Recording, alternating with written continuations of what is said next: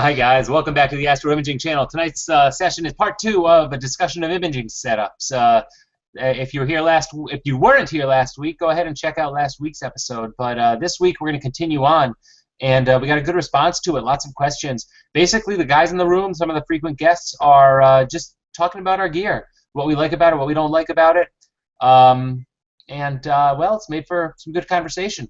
But before this, I do want to show off our image of the week. So I'm going to click from screen to screen here, and then go over here. Oh, and I did have it up. Let's see here. Bear with me. Here we go. This week's image of the week goes to Eric Coles, and it's his NGC 6823. And I just shot this as well, probably around the same time Eric was shooting it. So mine didn't turn out as nice as this. Very nice. Check it out online. And Eric's in the room. Eric, did you want to say a few words about this while we have you here? Why don't we wait till next week? There's a few other things I'd like to do. That's fine. What was I just going to say? I don't remember. Okay, so we will. Oh yeah. Keep in mind, you guys can always post your images for consideration image of the week. You can get them to us whether it's on our Facebook, on the Google Plus page. Basically, you just share an image with us, or you can basically email it to me, and I'll put it up for consideration. So that's it for that. I am taking back my screen. Hey Adam, just to be clear, on Facebook the best way to share them is through the comments on the Image of the Week post, because we monitor the posts on there so that we're not getting a bunch of random posts on there. So just through the comments, there's a weekly submission where you can actually post your picture in the comments there. Awesome, thank you. Okay, for this whole session, Q&A is enabled as always. So if you do have specific questions about anything that any specific person is talking about, then go ahead and post them and I'll ask them. First speaker for the night is going to be Tolga. And I know Tolga's right here in the room. So Tolga, I'm going to hand it right over to you. Can you guys hear me? Yes, we can. All right, cool. So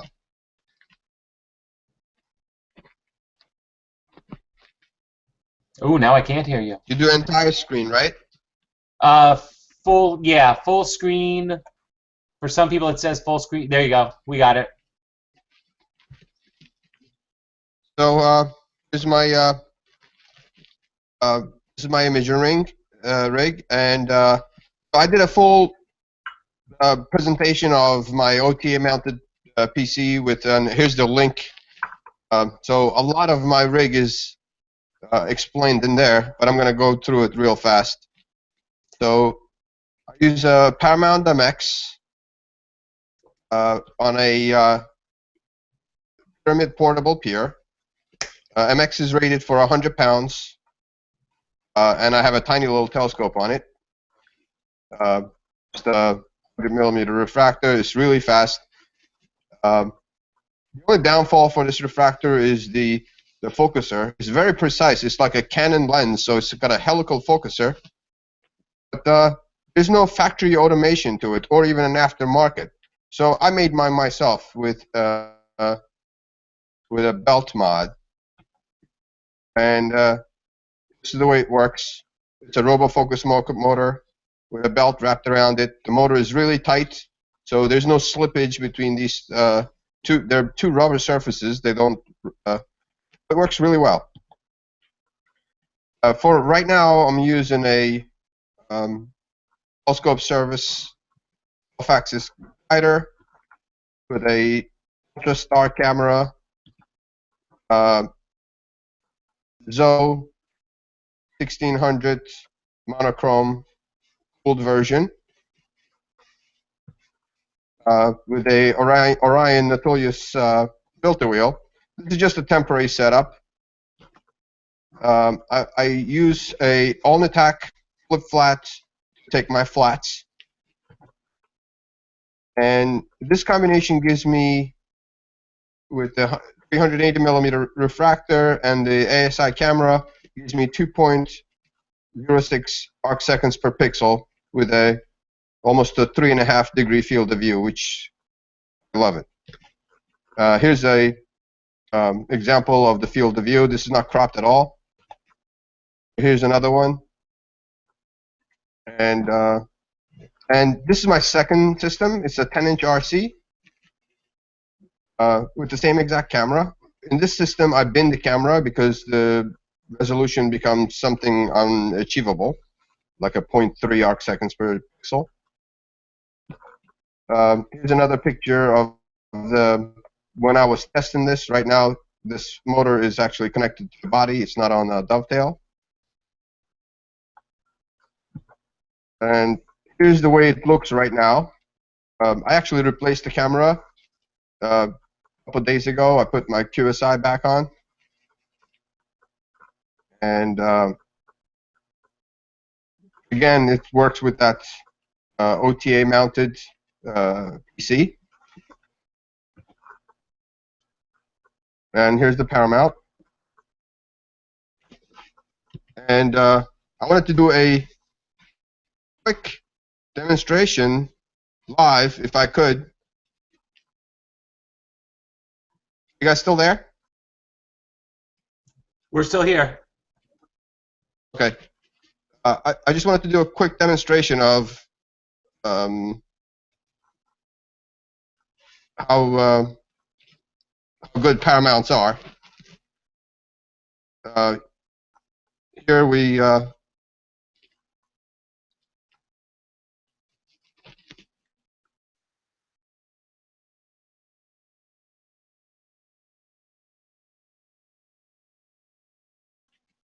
loading into another.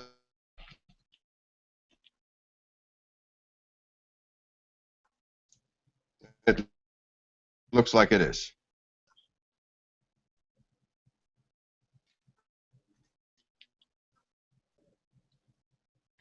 Tolga, we're not seeing your screen moving. I don't know. I don't know if your internet or your bandwidth is dropping. Yeah, it's lagging. So, but basically, this is it. I mean, so as you guys know, the most important imaging. We talk about imaging rigs. Imaging rig is the mount. The rest of it really is not that critical. We talk when we talk to beginners, we say, do your budget majority of the mount, because the most of this astro imaging is about processing, and that's basically what it is. You have and mine is a great example. I have a mount that's capable of carrying 100 pounds, and I have about 25, 30 pounds of gear on it. So and that ratio, the bigger the mount, the better you're going to be. So that's it. Awesome.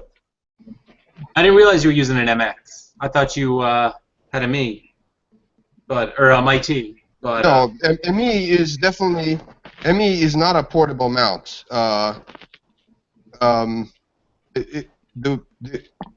weighs the body, the head, the motor part weighs 90 pounds. So it is definitely not a one-person job to put on a tripod. It is made to be portable. They sell a tripod for it, but it's just 90 pounds without the counterweights, without the OTA. MX is somewhat portable. To me, it's perfectly portable. It's 50 pounds. And Mighty is 35 pounds. It's like the Mach 1. But I find that MX is perfectly portable. I have no problem lifting that up. do you see Eric's question? Does the belt drive slightly pull the scope to one side when you focus, so the focus star moves in the frame? Can you use a software like Focus Max? I use @Focus @Focus is SkyX's built-in focus system, and I see the focuser is dead on. It's I can move 600, 800 steps one way and bring it back, and the star will go back to the same FWHM value. The precision of that helical focuser on that telescope and the build quality is amazing. It's just there's no factory. It's just like a Canon L lens. If you can imagine the manual focus on a Canon L lens, good. You know, there's no backlash. It's great. That's how good this focuser is. But of course, it's made to carry a lot more weight, and it carries the QSI, the 8-position filter wheel, with no problem at all. And I wanted to do a little demonstration on that right now, but it's just not working very well. And actually, can you guys see my screen? Yes, we can. So, yeah, it's just there's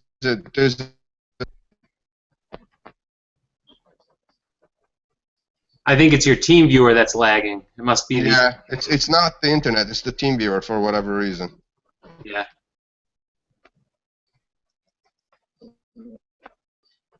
Walter's asking, how long did it take? Oh, he's asking in general for all of us. How long did it take each of you to get your rig dialed in before you were able to get images you were satisfied with? Maybe we'll answer that in a few minutes when Tolga's finished presenting, and we'll go through the room on that.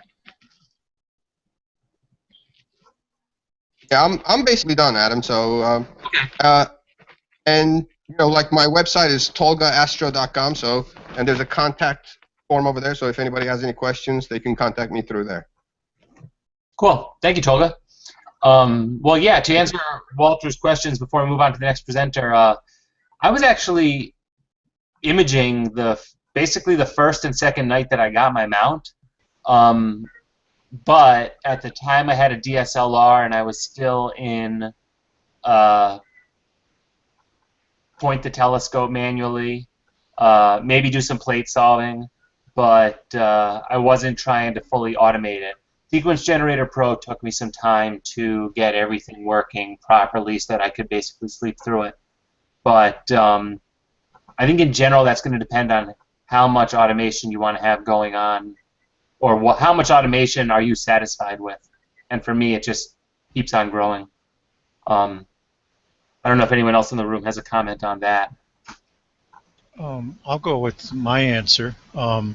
When I set up my observatory out in the desert, I was using my G11 and my big Newt, my 10-inch f4.5 Newt, and it was a new observatory. It probably took me about 4 or 5 sessions before I could just go out there and do everything. Now, I was getting pictures the first night, but I wasn't happy with everything.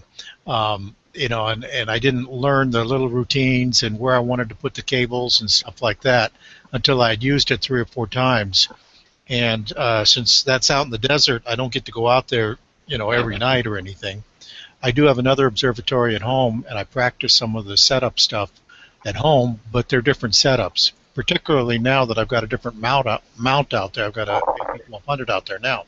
So, again, the AP1200 took a couple of sessions to get going with the big Newt, and then I was to the point after those couple of sessions and the AP1200 where everything was dialed in pretty much after just pretty much a couple of sessions.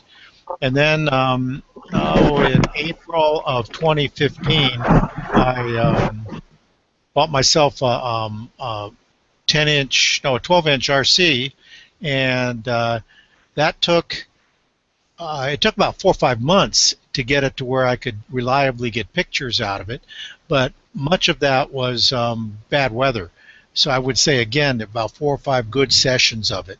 And again, I was getting pictures probably the second or third night. It took me before I was actually getting pictures of it. By the time I got the focusing, the spacers in there the right way I wanted them and stuff like that. And I was still having trouble pointing the scope at first because you have to get a few good points before you can get everything lined up. And didn't have a finder scope on it, so by the time I rigged all that stuff up, it took me 2 or 3 sessions. I got that working pretty well, and then I saw Tolga's demonstration of the on the mount or on the tube computer, and now that's I've lost 3 months to that now because of trying to get that to work just right. But I'm sure that it's just the driver's issues and stuff like that. So every time you change something, you're going to lose a couple of sessions. And again, there's some weather problems we've had. So, you know, like how can you tell if you're guiding or not if the wind's blowing 25 miles an hour? So little things like that. There's the answer to my question, to that question. That's my answer to that question. Thanks, Alex. Anyone else in the room want to comment on that? Yeah, this is Ken. I was going to say I was pretty happy with the pictures that I was getting right away. The issue that I had was my standards keep changing. So, you know, I'll be really happy with something and then I'll see something somebody else did. So I think as long as I just stayed in a silo, I was delighted from the get-go. But I keep learning about new things. That's definitely true. Just when you think you're taking good images, you realize they're not so good. Or you think to yourself, they're not so good, right? And then when you try comparing yourself to some other guys, then you're in trouble. The next presenter on my list is actually David. David, you there? Yeah, I'm here. All right. You're welcome to talk away. All right, let me bring this up. All right. All right, so can you see that? Yes, we can. All right, so I just went through a major upgrade recently. So I changed both the scope and the mount. You know, for the same reason Ken's saying, you know, you get to a point with the equipment you're using, and it's like, you know, I think I can do better, but you know, I can see some things that are limited by the optics or the tracking or things like that. So you want to push a little bit further, and sometimes that means an upgrade. Sometimes it just means improving your skills. But in this case, I chose to do a little bit of upgrading. Initially, I hadn't actually planned on upgrading the mount. I was just going to upgrade the scope, and so that kind of pushed me in certain directions, right? And really, what I was looking for was an improvement in the optics. You know, specifically looking for very nice round stars. Was looking for a little more aperture at essentially the same focal length with my current setup. And the capability to also have a slightly longer focal length at the same focal ratio of my current setup for some smaller targets. And I wanted it to be pretty easily portable. When it turned out that I'd be able to upgrade the mount as well, I set some definitions what I was looking for there. And I was looking for overall better tracking and guiding, reduction in declination backlash, things like through-the-mount cabling, higher payload capabilities for times when I'm going to set up at a week-long star party or something like that and want to use a larger instrument. But I wanted to maintain the portability, right? So those things kind of push me in certain directions. When I was looking at the scope, you know, I was really considering these four scopes: the Tech 140, Esprit, Skywatcher Esprit 120, Stellar View's SVA 130T, and the Takahashi FSQ 106. Both the TAC and the Tech were just a little bit out of my budget, so they were pushing it. I could have done it if I'd taken a little more time, but at the time, I kind of rolled the Tech 140 out because I hadn't planned on upgrading the mount, and it was a bit much in terms of weight and what I thought the G11 could do, at least my particular G11. The Stellar View, my current scope is a 90 millimeter Stellar View, and it's pretty good, but the stars are not perfectly round. There's some things in the optics I'm not perfectly happy with, so that one was kind of iffy for me, right? So I wasn't as confident about the optics in that scope. The TAC, was 106 versus I was looking more towards the 120, 130 millimeter aperture range. Wouldn't have been as much of a step up versus my 90 millimeter. And it has these diffraction effects on off-axis for bright stars that I didn't exactly like, so it kind of ruled that out, and that left me pretty much with the Skywatcher Esprit 120. It was about, within the range of the G11's capabilities, and it was about the aperture I wanted. And I had a few different options for reducers and flatteners and stuff to use, right? So for the mount, that was a much tougher choice. It was a pretty close call between software BISC and astrophysics. But because my main goal was a fully mobile setup and I didn't have any plans for an observatory, the AP kind of won out for a few reasons, right? It supported some flexibility on through-the-mount cabling options I was considering. You could do the separation of the deck and RA head components. Didn't have a need for the SkyX, with what I have now. And the last one, I know several people that have AP mounts, and I've seen some in action, been able to work with a couple, so I knew what they were capable of. I didn't really have that exposure with software BISC until just recently, after I'd already made my purchase anyway. So, all those things kind of drove me in that direction. So for my particular setup, I still have several things that I'm working on. So right now I'm not doing through-the-mount cabling. I just have my typical cable bundle off on the side. I want to make it so that I can actually separate the deck and RA head still using through-the-mount cabling. I'm going to replace the focuser on the Esprit with a 3.5-inch feather touch to support things like the reducers being inset inside the focuser draw tube. Going to put on the posi drive on that, looking at things like the Astrophysics 0.72x reducer flattener for it. Right now I'm using my G11 tripod with the new mount, and like something a little lighter and easier to use. It's difficult to level the G11 tripod. And, since I now have a new Astrophysics 1100, I'm looking at, something in the 10 to 14-inch, range for a larger aperture instrument for, times when I'm setting up for a long period of time or things like that, and I think I'm going to get some use out of it. All right, so this is, let's see, this is the tripod. Everyone see that? So this is my G11 tripod with the adapters for the Astrophysics 1100. So there's two adapter plates to make that work. This is my typical setup. You can see right now I've got my QSI 6120 camera that's got the 8-position filter wheel and the OAG, using a Lodestar OAG on the other side of the camera. You can see I've just got the cabling going on the side of the mount at the moment right now. Mine is the new mount with the new motor boxes and the CP4 controller, and then I'm using the G11 tripod.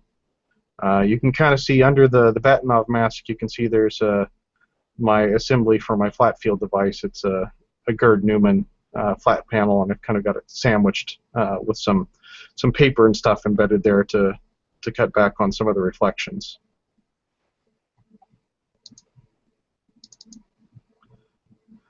And there's the scope and mount from the other side. You can see a few things, like I'm using this gray cable coming off the CP4 controller that's the USB connection into the mount. So I'm not using a hand controller at all. It's just a straight USB connection, and I'm doing all the control of the mount through Carts DCL directly that way, using the AP driver. All right, so let me turn off the screen sharing real quick, and I'll actually bring the mount around here so you can take a look at it.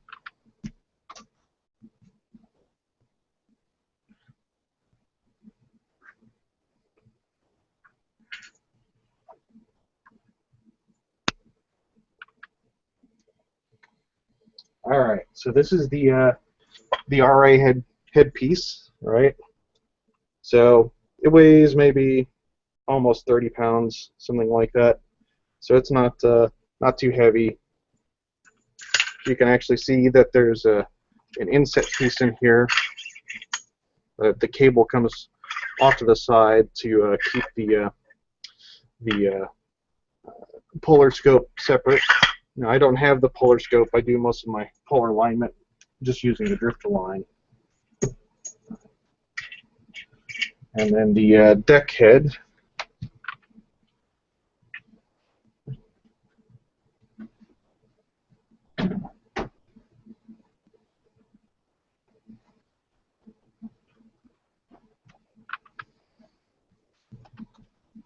So the deck axis just dovetails on. You can see the dovetail assembly in there for connecting to the RA axis. Most of the interiors is pretty much empty in there. And then the dovetail plate at the top, that part comes off as well, and then you can run all the cables up through these slots coming up in the middle there. Could you show off the motor box? Yeah. A lot of the AP users would be interested in seeing that. All right, so there's the main motor box. This piece comes off the side, and you can kind of, I'm not sure how well this is visible or not, but so here's the lever to disengage the worm. All right, so I can actually do that. I'll pull it back. So the worm's fully disengaged now, right? So it's totally open. And then it will reseat itself. Kind of pops in and reseats itself automatically. So we're all locked in. Outside of that, the motor box really doesn't look any different than the previous ones. I'm not sure what they look like on yours, Adam, but is there anything else they wanted to see on that? Well, on mine, Alex is asking, does popping the worm off affect PEC? That's a good question. I haven't used any of the PEC stuff yet. Generally, if I'm guiding, I don't worry about it. I don't like to have the two control systems trying to fight each other, so I typically have PEC turned off. I don't think it does unless you manually rotate the spur gear with your fingers. Just because that's the equivalent of remeshing the worm. So I don't think it does. I could be wrong about that, but that's the way it is on mine. And I know you have CP4, so you've got some better fasteners for the power and for, well, the CP4 basically has lots of different ways to connect up to it. You don't necessarily need to use the hand control. Tolga's asking, how do you get through the mount cabling with the mount coming apart?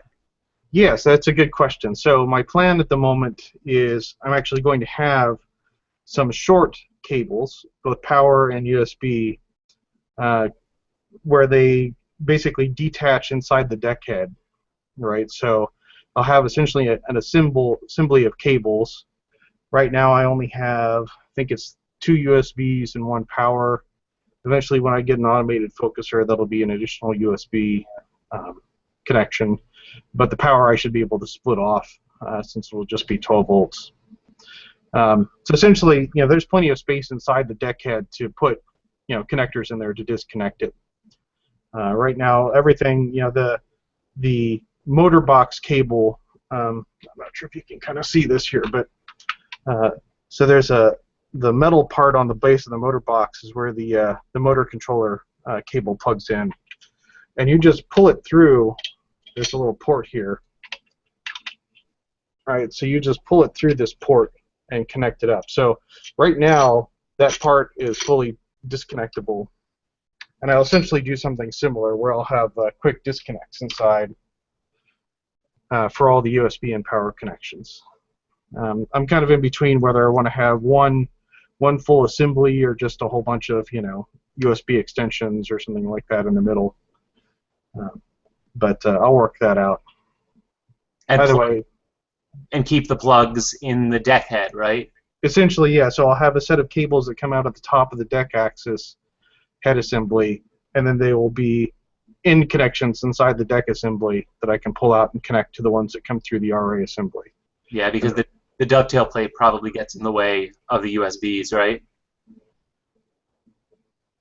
No, there's a full hole all the way through the middle of the system. Oh, okay, okay. Right. Okay. Yeah, I'm trying to think.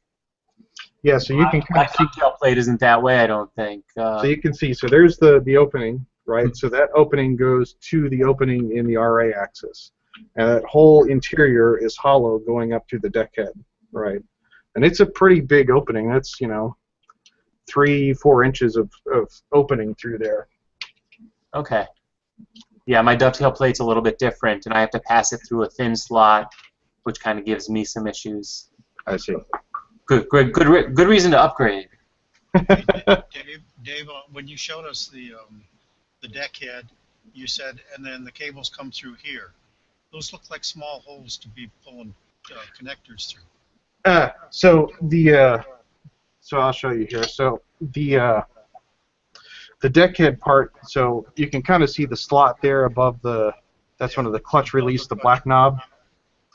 So the whole assembly. I'll pull this off. The top of the deck plate is clutched, just like the deck head to the RA. So I can just pull this up once I loosen the clutches. So that whole thing pulls out. So you never pull the plugs through there. Yeah. So you pull them through there, and then there's just a little channel where you can pull them out. Then you put the cap back on. Yeah. Well, that's awesome. So that makes it a lot easier. That black knob is the clutch? There's 3 black knobs around the periphery. So each one of these is a clutch. So you have to loosen all of them to loosen the clutch. It's actually, the clutch is really tight. So once you loosen it, it's not just super loose. It's really, it feels like it's designed more like the travel on a Dob, right? You can push it, right? But once you let go, it stays where it's at. To balance it, you really have to loosen use the worm separation of the motors. My AP1200, and I was told this by the support staff there at AP, has gotten to the point where even when you loosen the clutches, the Delrin down at the bottom has been squashed to the point where you're still connected, and it isn't a free flowing thing anymore. So.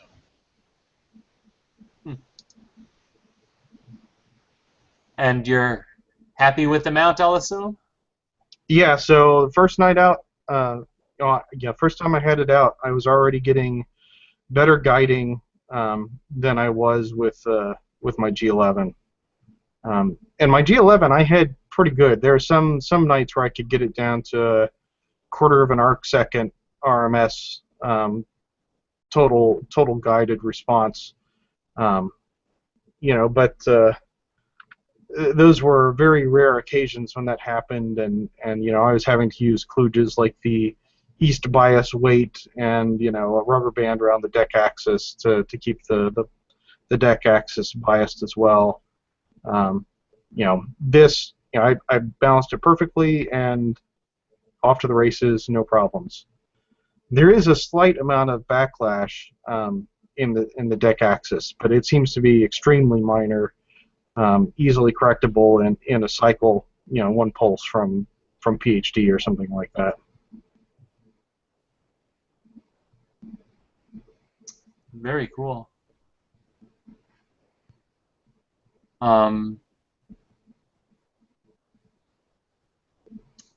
That's all I've got. Any other questions? Fred had some side note questions, so I think we'll probably take them later on. I think they're mostly comments. So my screen keeps jumping around like people are posting questions. David? Yeah. David, is the new gear assembly, is it in the older model? Do you know? Is it Better than the older model? Is that what you asked? Is it quieter? Because I remember when I had my Mach-Mont, one of the things I issued with it was just, it would just wake up the neighbors. I just wanted to Not that see loud. if, It's not quiet, right? I can't say that it's quiet, but it's not that loud. I haven't heard any of the new software bisque mounts, so I don't know how to compare it. All right, so I have a friend that got one. He purchased his, a little bit after I made this purchase, and he's got it in already. He bought a MIT, but I haven't had a chance to go out and actually see it in person yet. So I don't really know how to compare them. I will say it's ever so slightly louder than my G11, but not any more than like an Atlas. Seems about the same as an Atlas to me. Noise is a little bit different, but not any louder.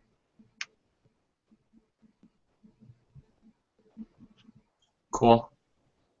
You start to appreciate the sound of an AP sometimes. All right. Thanks, David. Good luck with the new setup. Thank you. We're going to move on to Ken Sturrock, who's also in the room. And I know he has some stuff prepared. So, Ken, are you there? Yeah, I am. Can you hear me? We can hear you. Okay. Well, I'm going to try to do the screen share here, and there's a lot of room for problems there. Just to make sure you're sharing the one that says full screen, and we'll be able to see everything, either full screen or desktop. I don't know. I have one that just says screen share. Screen share, yes. And then when you click that, Desktop, got it. Yeah. I am screen sharing. Okay. Excellent, I think. Okay, Can you see that? Okay, we good? We're good. Okay. Yeah, so I talked about this a little bit last time I was a guest, and nothing much has changed since then.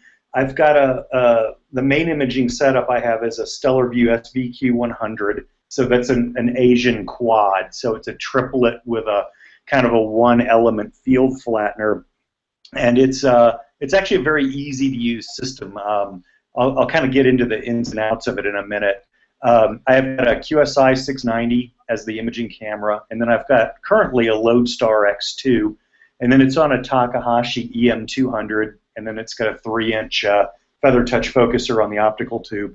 And then it's got the Focus Boss 2 controller and motor system, which is the same as the Optec. It's really, just has a different label on it depending on where you buy it from.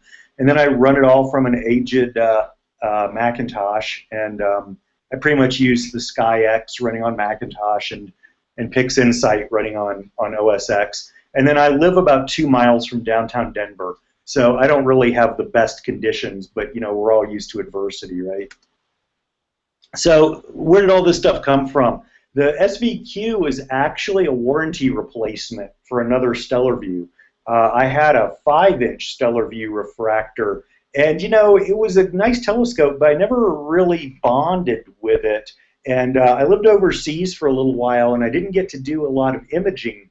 And I was back here in Denver trying to get it set up, and I noticed that there was a weird squiggle in the out-of-focus star image. And I looked at it, and it was starting to delaminate on one of the coatings, I think on the middle lens. And so I sent it back to StellarView, and Vic proposed all kinds of heroic things to try to repair it because the objective hadn't been made anymore. It was a Lomo objective, and apparently it was a very difficult to assemble and align objective. And I finally just said, Vic, this thing is very heavy, and it's awkward, and I don't really feel comfortable with it, and I have a hard time with field flatteners. Why don't you just make me a deal on an SVQ? I want something easy. And Vic got back to me immediately and just said, no, screw the deal. I'll just ship you one as a warranty repair. So actually I have the SVQ as a replacement for an 8-year-old StellarView that failed on me. The mount is 12 years old. Back when I bought the EM200, it was really the only game in town for that size and weight and performance. This was pre-Mach 1. So the world's a different place today. And then the QSI I just bought because I like the design and the reports. I currently have a Lodestar X2. I had been using an S-Big STI, which I really like as a camera, but last year we were projected to have 2 weeks of really great astronomy weather, and right on cue the S-Big died the first night out. And so I sent it back to S-Big, and they fixed it. There was no hassle with it, and I have it back. But I overnighted a Lodestar because I did not want to miss out on this. And once I got the Lodestar, calibrated and everything the way I liked it, I just decided to leave it. So I still have the STI around, but I currently don't use it a lot. And then the instrument has a feather touch focuser, so I kind of bought the motor controller to go with it. And then I had been using Bisq products for quite a while, and the Sky X was kind of the logical move from the Sky 6 and the Sky 5, which I had been using before that, as well as CCD Soft. And I like the fact that it runs on the Macintosh, so that was handy. A little bit about the mount, because that's kind of the only thing I have that's unusual here. The EM200 is really solid, really old school. The EM200 was actually introduced in 1989. The first go-to version was brought out in 1998. And so the current EM200, which you can buy today, is essentially the same as the 1998 EM200. It just costs more. And so it's not necessarily the best bargain out there right now in terms of mounts. But if you like old school stuff, it's a nice mount. The main thing about it is it has a nice polar alignment scope, but it's got very primitive electronics. So there's no PEC, there's no stops. It'll happily track into itself. The hand controller just has arrows on it for slewing, and I don't even use that, so you have to have a computer to run it. And then kind of like APs and probably other mounts, it's got a one-star alignment. So in my case, I just sort of point it east, take a picture, plate solve the picture, and then sync the mount to the picture, which is very easy using SkyX. So it takes about 25 seconds to do that. And it's fully compatible with modern software, so even though it's quite old. Now, the unusual thing about it is the polar alignment scope, which is basically kind of an analog computer. So you have the scale here on the side housing that you set to the kind of the offset from your time zone meridian, which here in Denver, I'm basically on the meridian, so I just leave it at 0. And then you come over here and you level it using the bubble level. So you're rotating it in right ascension until that bubble level is set. And then you look through the scope, the polar alignment scope, and this is pretty much what you see. You have a knob on the scope that will rotate this outer ring with the date. So you just line the date mark up with the time mark, remembering that the time is set up for standard time, not daylight savings time. And so you line it up, and then once you've got it matching your date and your time here, you put Polaris in the right place for the year, and you're done. And I can actually do it much faster than I just explained it. So it's very handy, and it's very quick and easy. I have an alternate setup that I'm building right now to take out to our club's dark sky site. It's very much like my other one, it's just smaller. So I have an 80mm stellar view. So this is an old Lobo triplet. And this telescope is dear to me because I almost left astronomy, because I had an SCT and I had a cheap refractor on a plastic go-to mount, and they were very, very frustrating, but I bought an SV80 and I used it visually on a manual alt-az mount, and it kind of, I understood it, and it really helped me kind of get back into astronomy. And then when I started imaging, it became my main imaging telescope. So it's been sidelined for a little while, but I've had it for about 14 years old. For about 14 years, I'm kind of excited to get it going again. I have an SFF6 flattener on it. I used to use a focal reducer, but it caused undersampling with the S-Big ST2000 camera. So it gave me over 4 arc seconds per pixel, and I had a lot of square stars. But the flattener gives me about 3 arc seconds, and I'm happy with that. The old S-Big camera there, like I say, is about 12 years old, so it's noisy, and inefficient, and I'm going to replace it at some point, but right now it still works.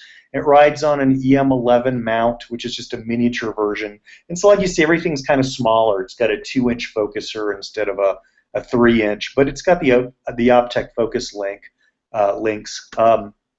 The main difference between these mounts, the EM200 and the 11, is the load. You know, the EM200 can carry about 35 pounds and weighs 38. The EM11, you know, only carries about 16 pounds photographically. The other thing about these mounts is they're slow. So the EM200 slews at about 700 times sidereal rate, which is not fast.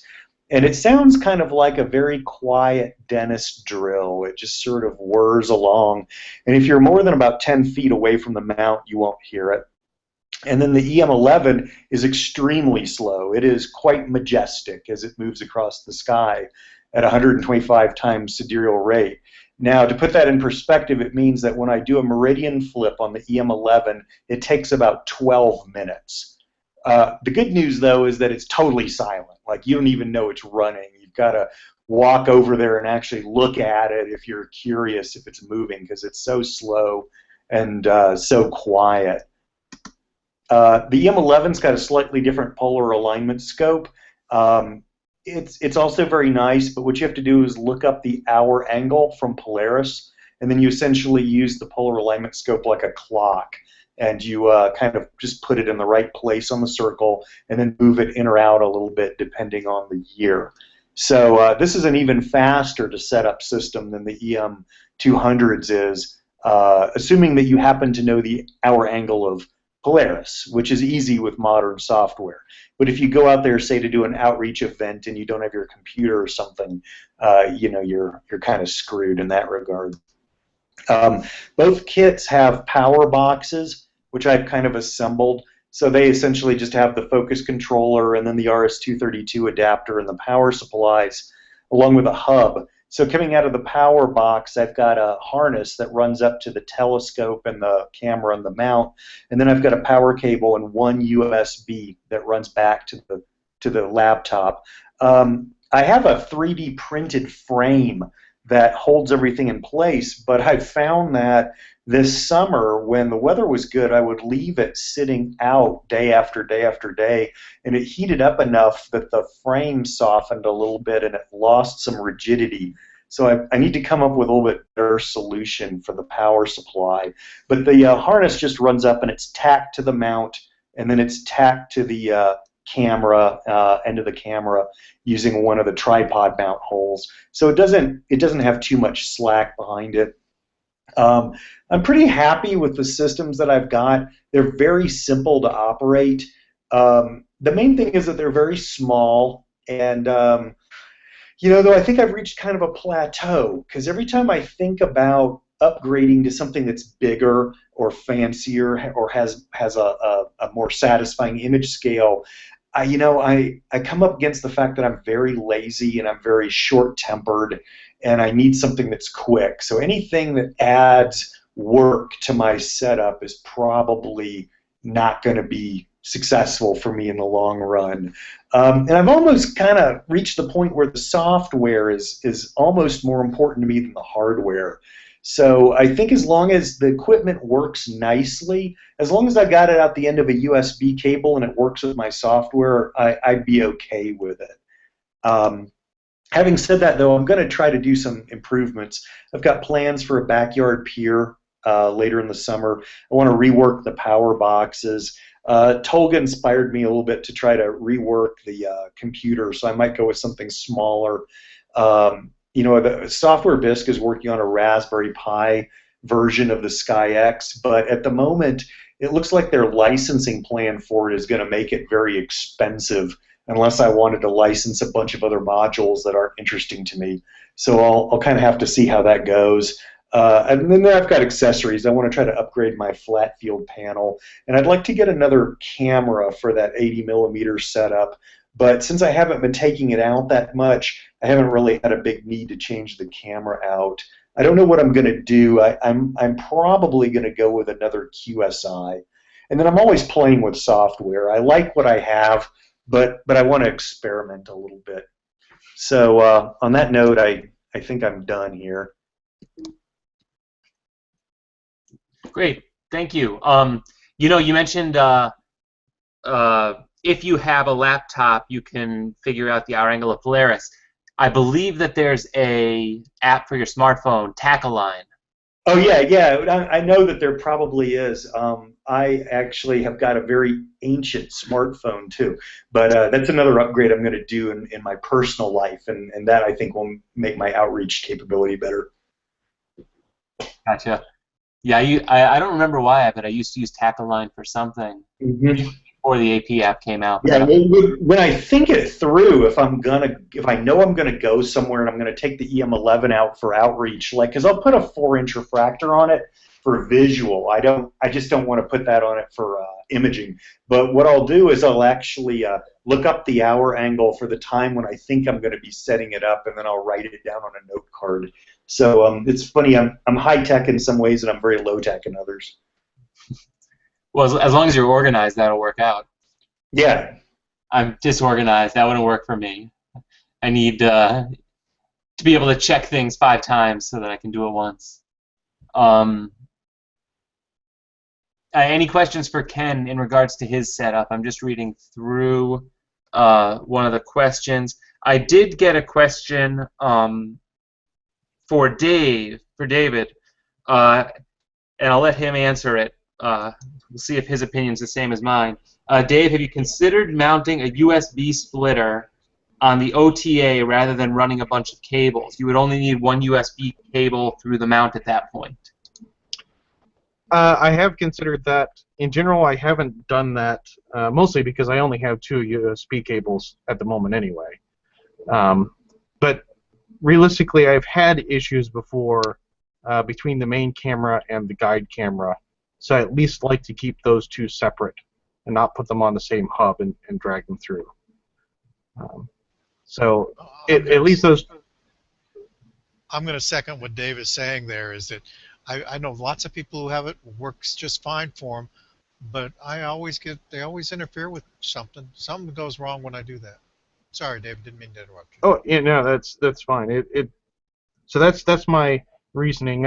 I have had a USB hub before when I was using a focus controller. So I had the additional connections, and I had a separate filter wheel that had its own USB connection. So I ran the I ran the filter wheel, the focuser, and the main camera through the hub, and left the guider separate. And my reasoning was that the guider is continually downloading data where the main camera was not. It would only send an image, every 5 minutes, 10 minutes, or something like that. So that was my reasoning for routing it that way, and I had very good success using the hub in that fashion. But otherwise, I tend not to use them. And I will third that because I've had issues with a USB hub.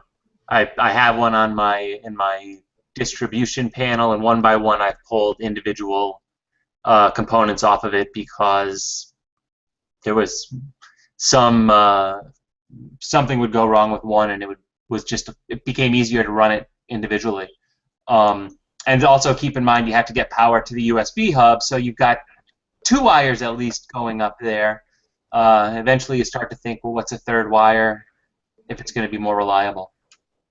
And I did spend a lot of time trying to figure out something that was going around with COM port assignments when using a USB hub, and it caused big-time issues for me. So stability is actually stability becomes more important when you deal with the unstable configuration at some point. And last but not least, I'm going to hand it over to Alex, and then I'm going to hit up some of the questions that I saw come in that are a little bit more general. Thank you, Adam. It is 7:25, or whatever time it is out there, 10:25. I can skip this, come back some other time, and maybe we should go to the questions first and see where they take us. Or I can go ahead and do give 15, 20 minutes or 5 minutes, whatever you want. What do you think is the best I, course of action? I'd go ahead with your presentation because the Okay. questions are a little bit unrelated. Okay. Oh, let me see. Get back over here and go to screen share. Entire screen. Share. Okay, and we good? You seeing my screen? We're good. Okay. First place I want to take you is out to the desert in California here. Um, this is Goat Mountain, this big old thing right here, and this row of observatories here. Okay, that's my observatory right there. And we've got these three new ones. This is Dustin. For those of you who are on Cloudy Nights and has seen Dustin's extensive description of how he's built his observatory, that's Dustin's observatory. Currently, there are 4 more being built out here. So this is where I go when I'm going out to the desert. My friend Ralph took this picture a few years or 6 months ago while he was showing off his new camera. Okay. Uh, Dennis Mamana was out there one night and he took a picture. Dennis is a Tuan photographer and he took a picture of my observatory. And this is the one we're going to look at right now. This is the inside coming in from the door and Milky Way up there and all that other stuff. I didn't do quite as good a job trying to get it done, but this is my rig that I use a lot. And just going to show you, I'm not going to go through everything. For one thing, it's changed a little bit, but I did want to show you this one picture of the cabling. This is not nearly as nice as it should be. I'm having trouble with these big coolers here. Okay, this is a cooler that comes up to the QSI and pumps water in and then back out and returns down. There is a set of cables. This is an AP1200. This is a TPO from OPT. It's a Guangsheng optical RC 12-inch. And I've got a set of cables coming up under normal circumstances. I don't have through the mount wiring. So this big old bundle cable contains, this is a black cable, and it's got a 12-volt power supply, and it's got 3, I think, USB cables going up there, and it comes all the way up here. And then this is the polar scope hole. This is where the polar scope would come through. And of course, we're in an observatory, so I don't have a polar scope in there. It's permanently aligned and stuff. And I just made a metal bracket. Basically, I cut a big old hole with the metal drill and bent it appropriately, and then took the polar scope cap off, put the bracket on, and then put it back on, and then I now have an anchor point at the front of my right ascension bearing. Okay, so I've got this one big black cable coming up, and it's anchored there. There is just enough slack in this cable so that I can turn this telescope all the way around from one side on the east all the way over to the west, plus a little bit extra. And that's all the slack that's allowed right in through here. Then there's a whole lot of slack, as you can see, coming up through here, and it's attached to the bottom of the dovetail plate down here. You can't see it too well, but there is enough slack here that this can go from one side all the way to the other, from north to south, back and forth. From there, it's attached, and coming off of it, I've got a connector to the focuser. I've got a connector up here to the guider, and I've got another connector down here to the USB for the QSI camera. I also have power cords coming up to the focuser and to the camera itself. There is no auto guider cable. There was originally, but I'm not using it anymore. There's a better ways to use the to command the auto guide or corrections. So I guess what I wanted to point out, one of the people, when we posted that we were going to be doing this, one of the folks asked, be sure to show your cable arrangements. And this is the key to the cable arrangements as far as I'm concerned. You've got enough cable to tie to the right ascension axis and to flex back and forth so that it can go from one side to the other. And then you've got, from that point where it's fixed, you've got another cable coming up to the top part, and there's just enough flex in this, enough slack in this, so that this can rotate from one to the other, and you don't want to put any more in it. Now, you see these screws right here? Remember when David was talking about his clutch knobs, where he could take the clutch knobs off and so forth? I've taken my clutch knobs out entirely because you can see that these cables have to swing back and forth along here. And I put, there's a special thing you can buy from Astrophysics, little Allen wrench or Allen nuts that go in there. And therefore I don't have cable, or I don't have clutch knobs sticking out to grab this cable. This is a deck cable, okay? And it's controlling the deck motor that's sitting up here. And there's no way that it can come all the way through here. It's a certain size and it just won't fit. So it comes out here for free. I've actually had a problem with this cable a couple of times where it's gotten caught in such a way that I've actually snapped it in a couple of places, and that's not good. Now, everything was fine. Somebody asked earlier about what happens, you know, how long it takes you to adjust to things and everything. Well, I had this rig running pretty well with this particular cabling system. Until in January, AP came out with a new software, and the new software allowed you to go to a different park position. Right now, it's in a park position sitting over here. I don't know what park position that's in right now, but there's another one with the counterweight sticking out to the west and the scope pointing south from the east side. And that actually stretches this so far that I ran out of room on this particular cable, and I've actually broken the cable in here because I didn't realize with the new park position I didn't have enough slack in here. So over the last month I've been rearranging this a little bit.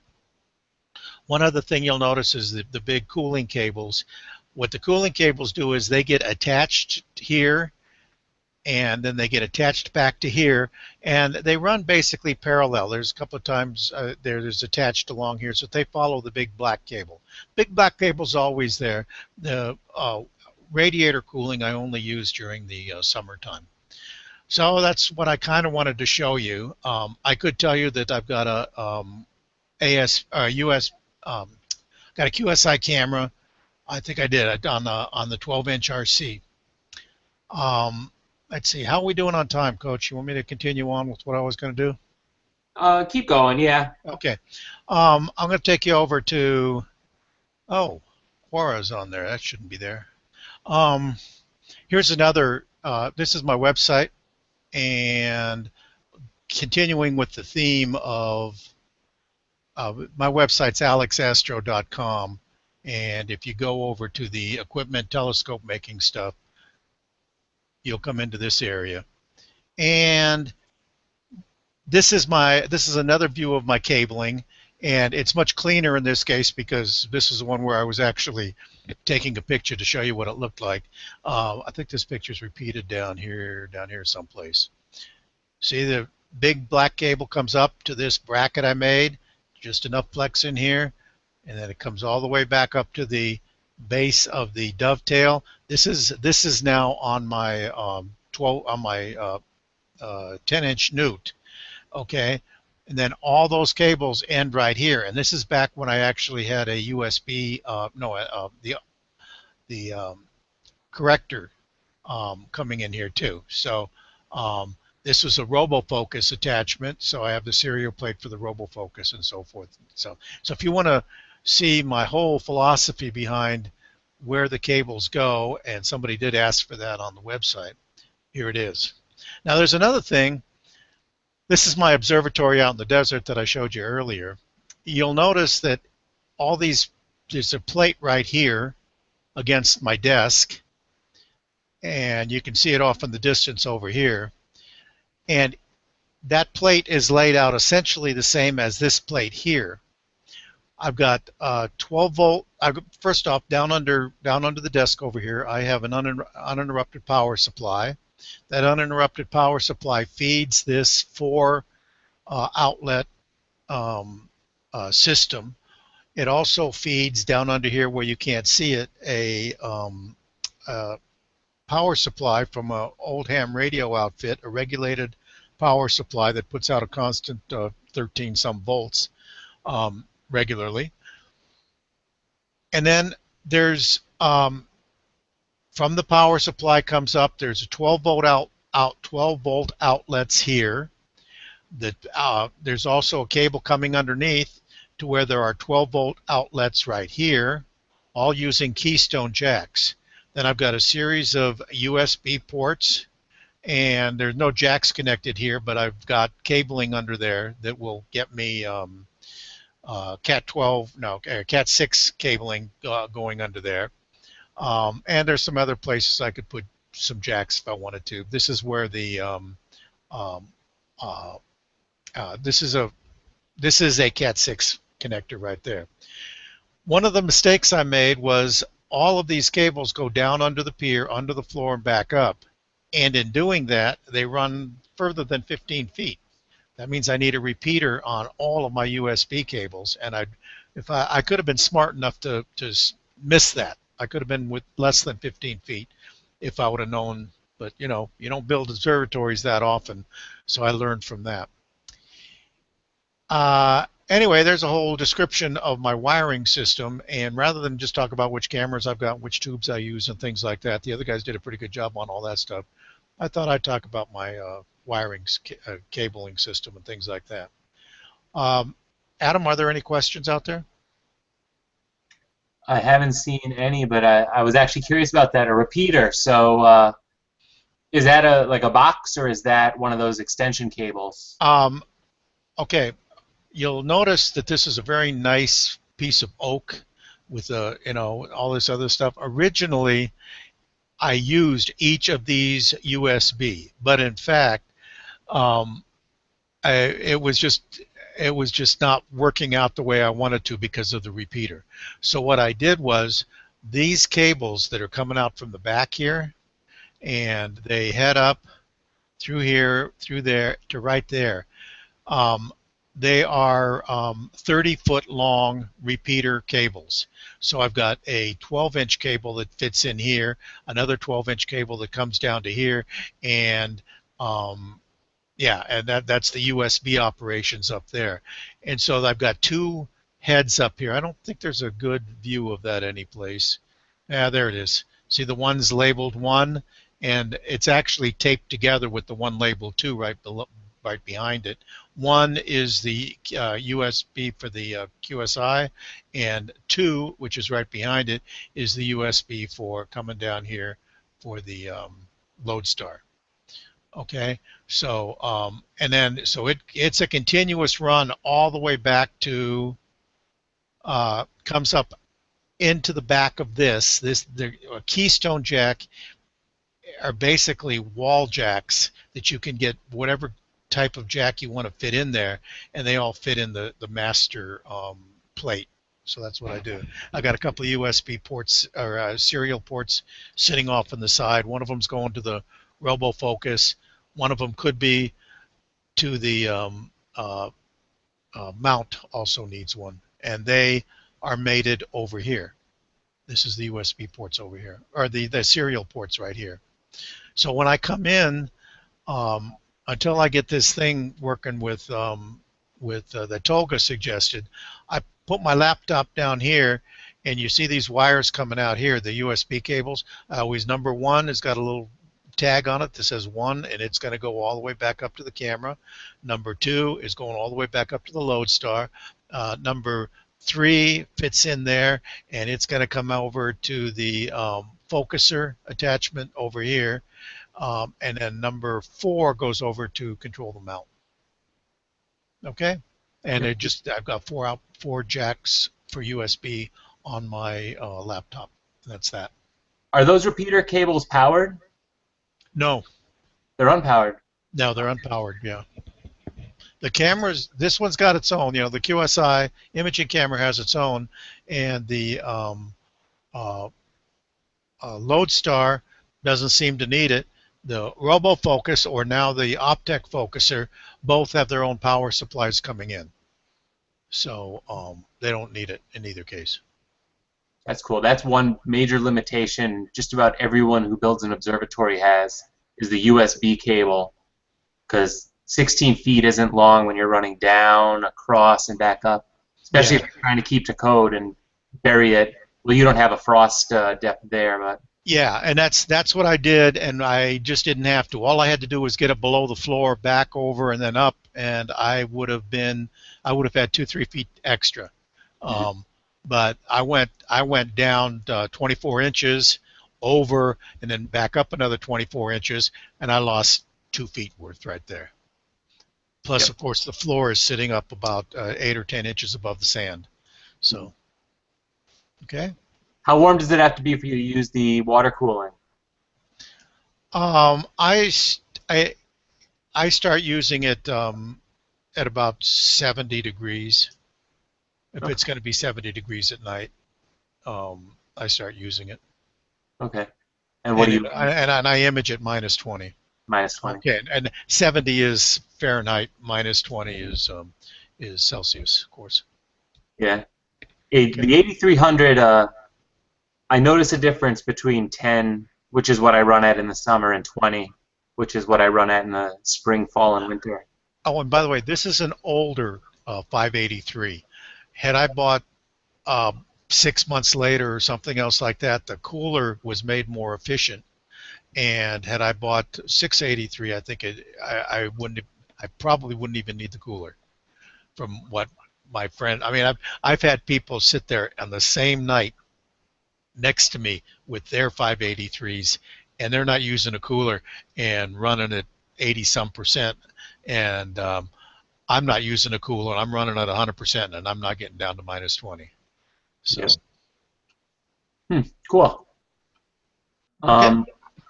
Yep, I don't see Adam, any. just to help people that are going to build observatories, when you're inside of a building,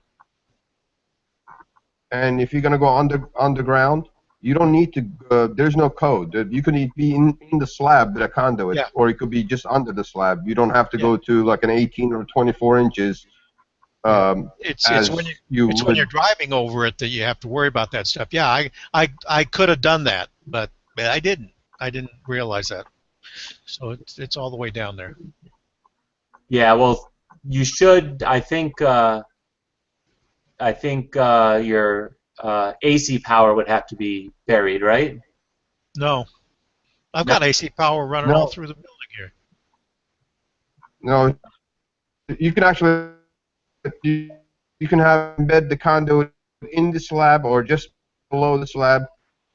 There is inside the building, outside the building, for instance, from your house to your observatory. Of course, there are different rules for different. If it's a driveway or if it's lawn, there are different steps.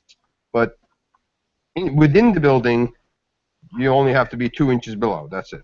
Okay, I get what you're saying. Yeah. Interesting. Okay. And I guess for that, Matt, yeah, okay, that makes sense because you can run it through your walls too. Yeah. It'd just be from the observatory to the And while you're at it, we're talking 12 volt here. I do in fact have 110 on the side of the pier. It's a little bit lower. I've got some 110 outlets, and they are done. They go 20. They go 30 inches down, I think, and then they come back up over there. But we're just talking USB cables and things like that. Another thing is when you're running this sucker back and forth, I mean, just go buy the biggest, fattest conduit you can find, you know, because to get the serial, this serial connector here is attached. It goes all the way down over there, and the only way I could get it to pull all the way through was I actually cut off the end of the serial connector, and when I got it over there, I resoldered it back together again because I couldn't pull the connector through. I could pull the wire through, but not the connector. So just get yourself a big, fat conduit when you're doing this pulling. Or a really strong trained mouse. Yeah. I don't know.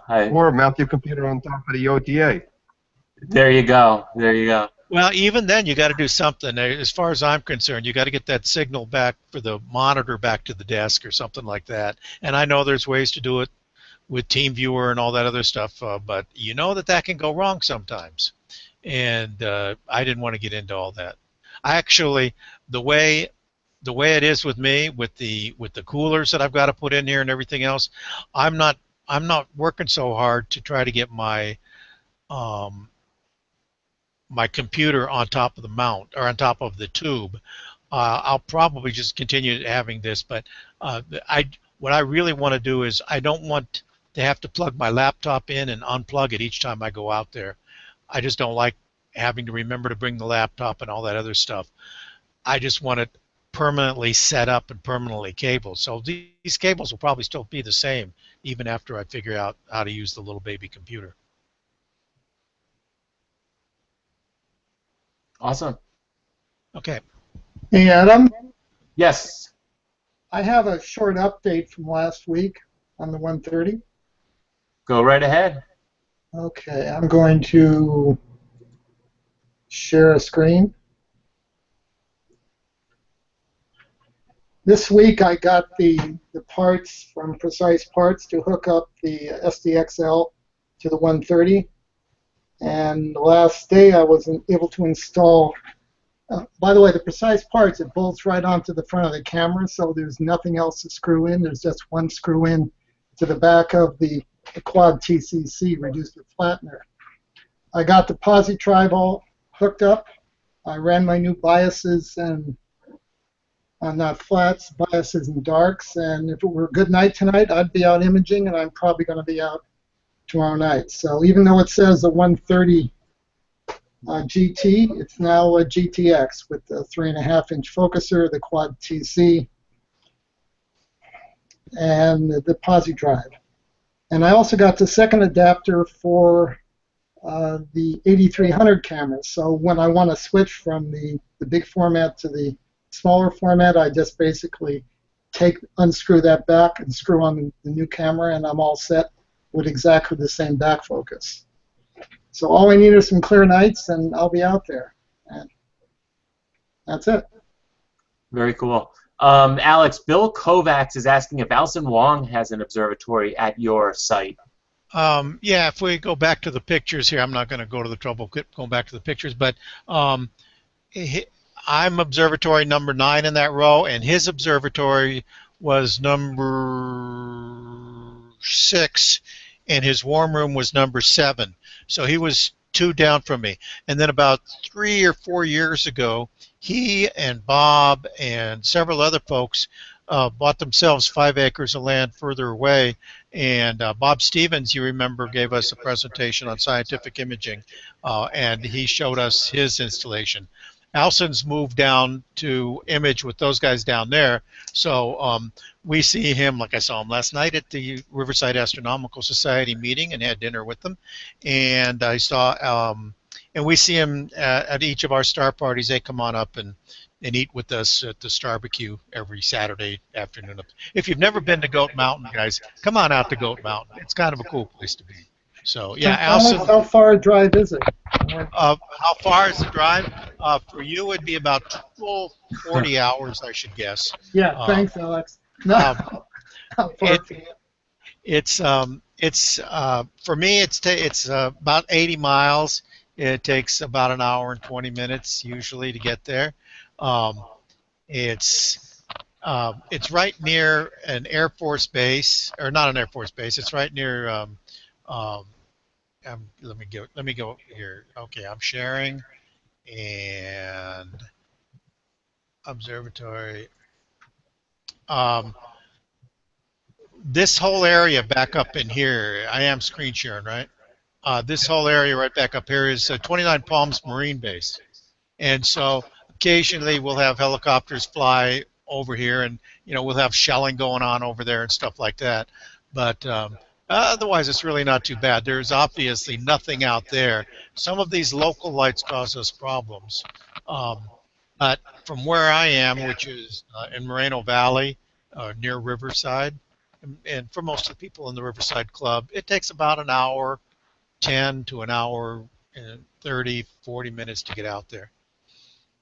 Okay. And we've got about 1.8 miles of dirt road to get there, but they're all hard-packed dirt road, so it's not too bad. The longer the drive, the darker the skies.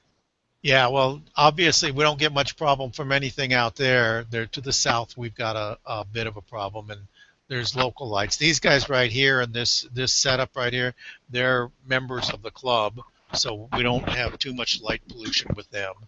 That famous tomato farm, for those that you were following that little debacle, that was over just off the picture to the right.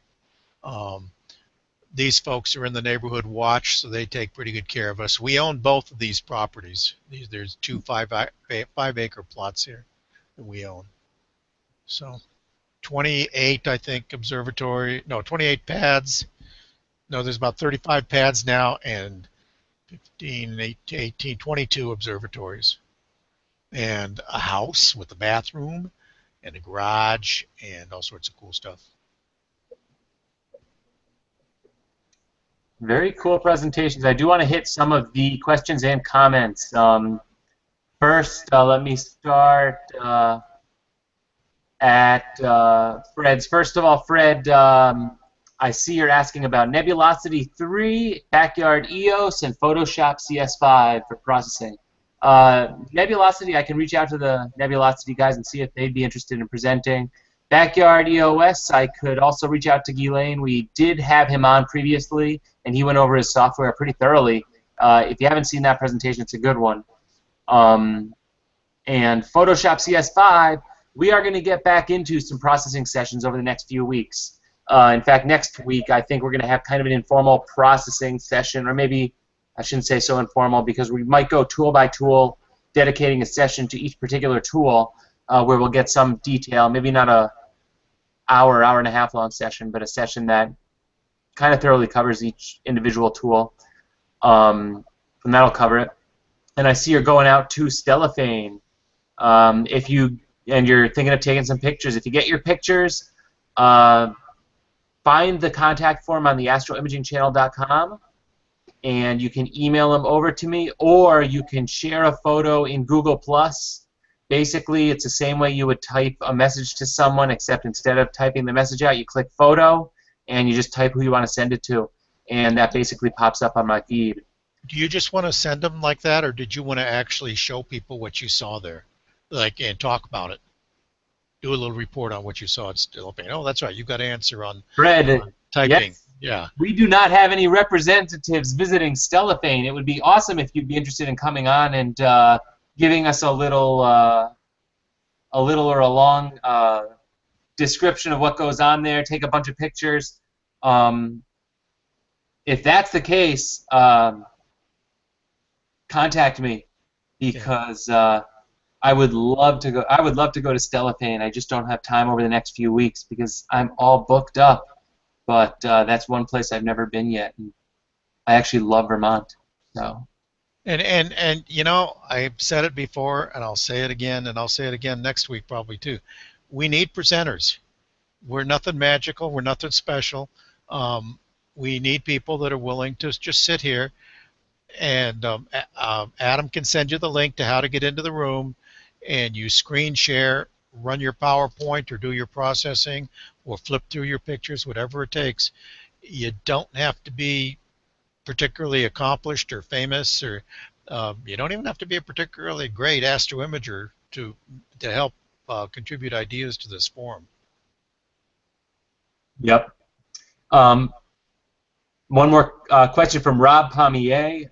Do any of the presenters use adaptive optics in their setup? And I don't believe any of us do.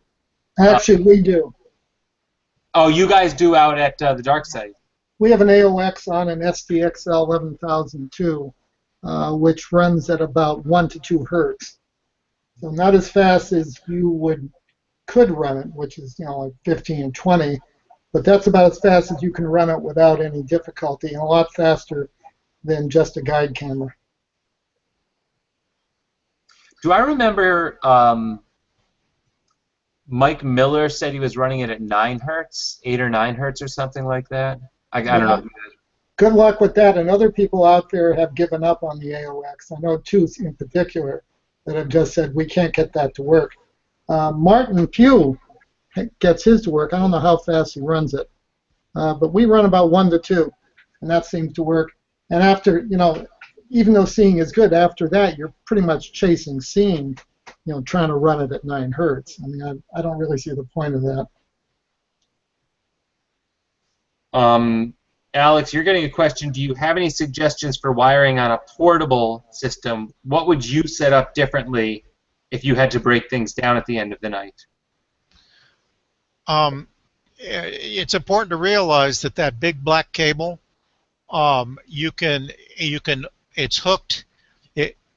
It's hooked at the RA pivot point, and it's hooked to one corner of the dovetail bar, and all you do is unhook it, and it's still just one long cable of stuff. It stays together as one long cable, and so you've only got one thing to worry about, and all the lengths of the cables are measured out. If there's too much length, I've coiled it up and taped it together so that it's still just one little piece. There's essentially no difference. I take my GM8 out with the same kind of configuration. The key to it is to figure out where you have movement. And you have movement on the right ascension axis, and you've got movement on the deck axis. The second key to it is making sure that you don't have anything that will reach out and grab the cable as it's going by. I know that Losmandi in particular, because I've got a G11 at home, Losmandi's got these wonderful tool-less knob thingies that, and I'm sitting there going, who would really want those? Yeah, they're really cool looking and all that other stuff. Big three parts coming out, you know what I mean? But they're just sitting there saying, come on, cable, come on by, cable, I'm going to eat you. And you don't want that. You want to get rid of all that stuff. When I go with my GM8 to do some little imaging remote someplace, I actually just have Allen bolt heads sitting there, so that I don't even have the knurled knobs that they've got on the G11 or on the GM8. I just don't like that. So so the two things to remember is to figure out exactly how much slack you need and tie your cabling down so that you've got just that much slack and no more. Your cable should be, and the second thing is to get rid of all the little knobs and bolts and clutch things and stuff like that stick out that try to grab your cables as they come by. Adam, I have one more suggestion. Turn on my screen. For bundling your cable, I don't know if you can see it, but I use this split braided sleeving, which you can get at various sizes. I think this is about a 3/4 inch. And nothing works better. It's really easy to slip your cables in and out, because this just opens up and then closes back up. And all my cables come down. Actually, I got 3 cables coming down from the top of the telescope. And this is not only convenient, but it's flexible, and it doesn't hook very easily, and cheap. Cool. And one more comment on that too, since it asked specifically about mobile imaging, is it's really nice if the end of your setup can be used either on AC power or on DC power. So if you use something like power poles at the end of your power rig that comes off of the telescope, then you don't have to have a special wiring set up for mobile and at home. As long as you just put like a little power pole connector or something like that on your deep cycle batteries that you bring out to the mobile site. So you can connect to the deep cycle batteries, or you can connect to something like one of the PowerWorks power supplies. Yeah, I'll give another vote for PowerWorks and power poles. I see a question about have you tried USB to CAT so that you have fewer cables. That might have been one that I got asked and I misunderstood. No, I have not tried it, and I don't see how that would reduce the number of cables I've got running through there. It would allow me to run any given USB cable longer without without using one of those amplifiers. But the amplifiers I got, they seem to work very well. One other thing, while we're talking about cabling, I remember at the Advanced Imaging Conference years ago, I went to a whole hour-long presentation about keeping your cables. I mean, just buy new cables every 2 years and put new cables in because they're going to corrode, they're going to get lazy, they're going to get cruddy. The gentleman who was giving the presentation runs one of the big telescope farms out in New Mexico or something, and he was saying that they've got lubes and sprays and stuff like that that you use, but and then just another story down at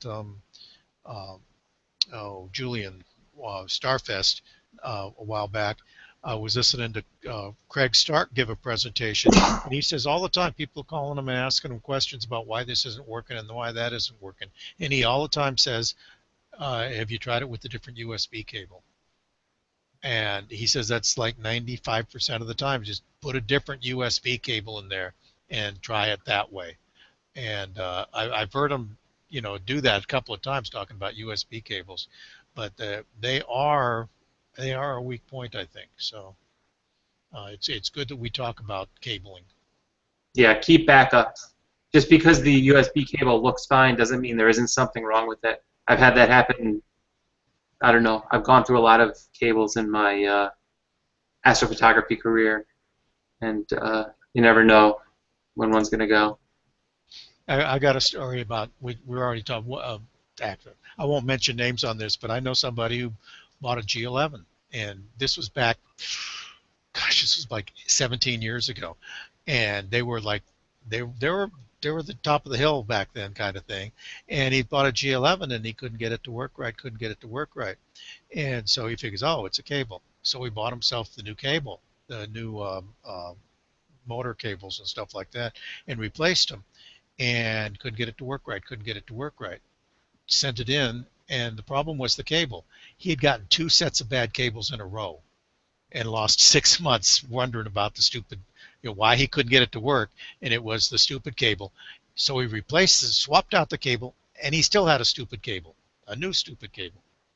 So they make USBs really, really cheap, and sometimes too cheap. Yeah, Fred, I'll look into that. Powered bus on the mount, run a Cat5 cable from the mount to the computer. Does that let you run multiple USBs over the Cat5, I'm guessing? We may have to look into that. I don't think any of us are using that particular setup, but there's a few different ways to get there. Some with mixed reviews, some with bad reviews, but some of them actually work. And I will look into the cellophane webcams, and I'll see if there's something I can use for next week just to kind of share what's going on there. If you look over my shoulder, you'll see the 16-inch mirror that I'm about to start grinding, or actually the 16-inch mirror that has a chip in the back of it. So I have another one coming that I'm going to start to grind, but there's some interesting stuff at cellophane. All right, that's probably it for tonight. Next week we're going to do some processing. I'm not 100% sure what the presentation is going to be on, but if you're into processing, whether it be in Photoshop or PixInsight, you'll probably enjoy it. And I guess we will see you next week. Thanks a lot for coming. Bye-bye.